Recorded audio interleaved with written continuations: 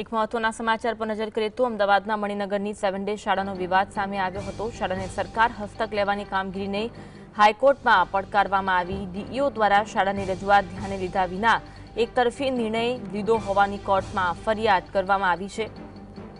સરકાર દ્વારા સમગ્ર શાળાને ગઈકાલે હસ્તગત લેવાઈ હતી, જો કે આ સમગ્ર મામલાને હાઈકોર્ટમાં પડકારવામાં આવ્યો છે। શાળાને સરકાર હસ્તક લેવાની કામગીરીને હાઈકોર્ટમાં પડકારવામાં આવ્યો છે। એક તરફ શાળાની રજૂઆત ધ્યાને લીધા વિના એકતરફી નિર્ણય લેવામાં આવ્યો હોવાની ફરિયાદ કોર્ટમાં કરવામાં આવી હતી।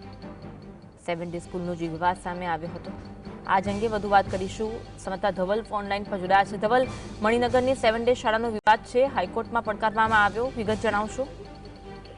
જી ચોક્કસથી એની વાત કરવામાં આવે તો મણિનગર વિસ્તારમાં 7 ડે શાળાની અંદર એક વિદ્યાર્થીની જે હત્યા થઈ હતી, ત્યારબાદ જે સમગ્ર મામલો છે તે બીચક્યો હતો અને ત્યારબાદ થોડો સમય જે 7 ડે સ્કૂલ છે તે બંધ કરવાનો અને ઓનલાઈન ચલાવવાનો નિર્ણય છે તે પણ લેવામાં આવ્યો। ત્યારબાદ 7 ડે સ્કૂલની માન્યતા છે તેને પણ પડકારરૂપ ગણવામાં આવી હતી અને ત્યારબાદ અત્યારે હાલ ગઈકાલે જે નિર્ણય લેવામાં આવ્યો છે તે નિર્ણયની વાત કરવામાં આવે તો સમગ્ર સરકાર છે તેને જે 7 ડે સ્કૂલ છે તે ડીઓ હસ્તગત લેવામાં આવ્યું છે, એટલે કે જિલ્લા શિક્ષણ અધિકારી આ સ્કૂલનું સંચાલન છે તે હવે કરશે। તેની જે જાણ છે તે 7 ડે સ્કૂલના સત્તાધીશોને કરવામાં આવી ને ત્યારબાદ આ સમગ્ર નિર્ણયને ગુજરાત હાઈકોર્ટમાં પડકારવામાં આવ્યો છે અને થોડીક જ વારની અંદર આ નિર્ણયને પડકારતી અરજી પર સુનાવણી હાથ કરવામાં આવશે।